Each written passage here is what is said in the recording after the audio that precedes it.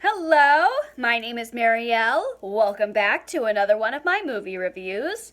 Last weekend, I watched Things Heard and Seen on Netflix. If you recall, I did a 1-minute trailer reaction to it. Let's see what I got right in my analysis. I thought it was going to be a thriller. It was a thriller for like 10 minutes. A murder did happen in this house, and the cinematography is great. It is one of the best parts in this movie. After watching the film, I went back and viewed the entire trailer. You almost don't have to watch the movie because it's all in the trailer. Literally, it gives away the ending. The movie is not what I had in mind, and I know a lot of viewers had mixed opinions about it. So, like, comment, subscribe to my channel or to my Patreon. Let's get to talking about this film. Based on the novel written by Elizabeth Brundage, Things Heard and Seen is a 2021 Netflix film. Moving into a new house, Catherine suspects that they are not alone.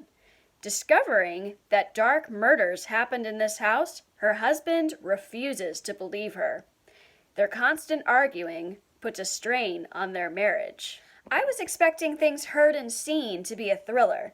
Aside from incredible acting talents, a better focus could have been attained on the story, which was repetitive. Amanda Seyfried and James Norton embodied their characters. Amanda Seyfried was wonderful in her portrayal as a conflicted woman who feels trapped in the shadow of her husband.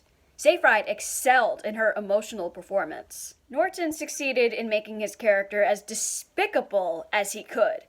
George Clare is not somebody whom you want to cross paths with. He always gets his way. Seyfried and Norton worked tremendously in their interactions. However, they quarreled too much.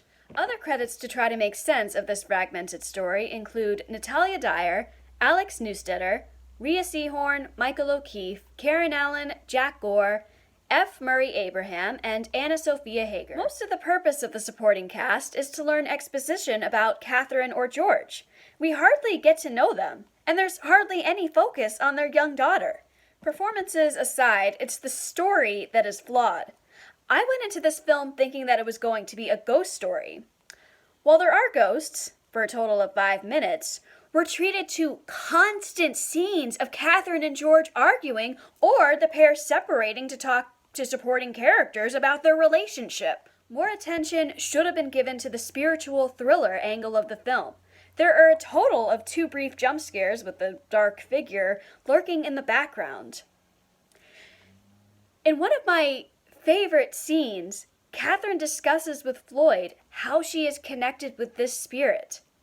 It was a thought-provoking scene. Cinematically, Things Heard and Seen had effective designs and a great edit. To an extent. I like how the camera focused on essential objects and followed the characters. The way it was shot gave the feeling that they were being watched. And the film loses that energetic essence too. Sometimes the film knew when to cut out scenes for the right suspenseful tone, while other times it kept in 10 scenes too many of Catherine and George arguing. We get that George is a despicable person.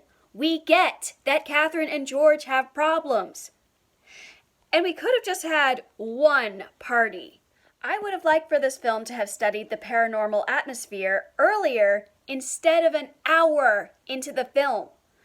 Sherry Springer Berman and Robert Pulcini reflected the right mystical atmosphere of Things Heard and Seen, but the story got lost.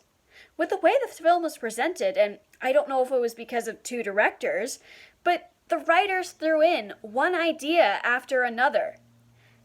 We should have focused on one story. Was it a ghost story or a story about a bickering couple?